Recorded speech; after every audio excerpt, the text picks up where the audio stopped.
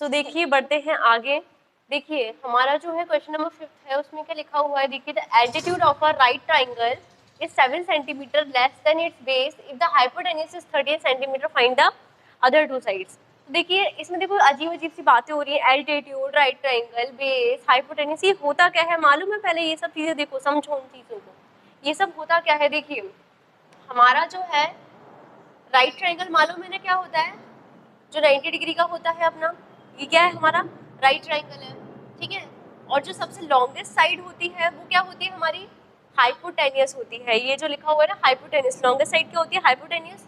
और ये क्या है हमारा परपेंडिकुलर, और ये क्या है अपना बेस। अब एक थ्योरम होती है, वो सिर्फ किसके लिए है, राइट ट्राइंगल के लिए ही है, ठीक है। किस पर अप्लाई होगी, सिर्फ राइट ट्राइंगल पे। क्या होती है हमारी वो थ्योरम, हाइपोटेनियस लिखा, परपेंडिकुलर सबसे बड़ी साइड कौन सी है, हाइपोटेनियस, ठीक है।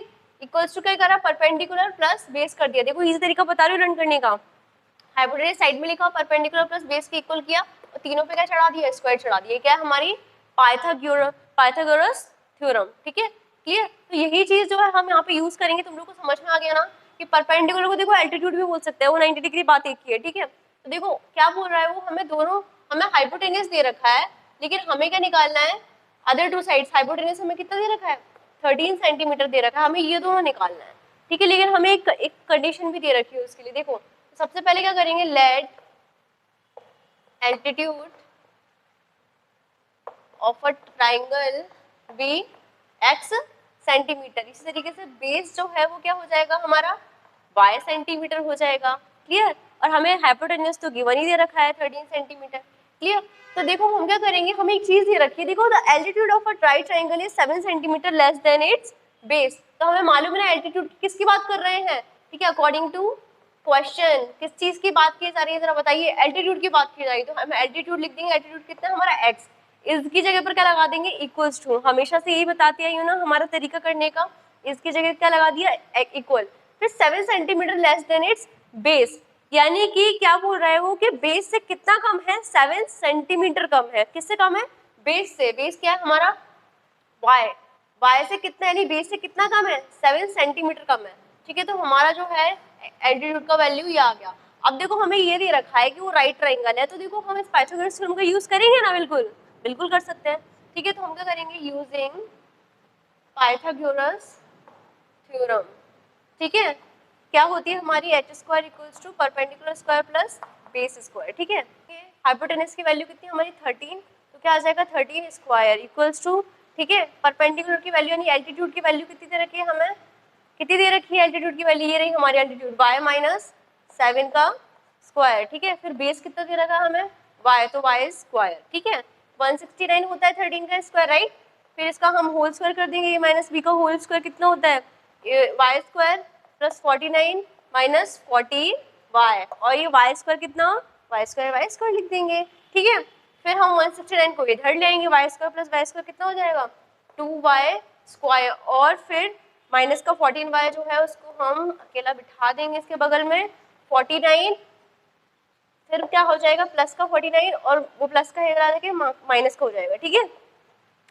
फिर क्या होगा, यहाँ पर देखिए 2y स्क्वायर लिखा हमने, उसके बाद 14y, ठीक है। फिर माइनस का 169 में से 49 जाएगा तो कितना बचेगा, 120 इक्वल्स टू 0। ध्यान से देखिएगा कुछ कॉमन आ रहा है, ठीक है। तो देखो स्प्लिट करने से पहले हम इनमें से कॉमन निकालेंगे क्या, 2 को हटा दो, ठीक है।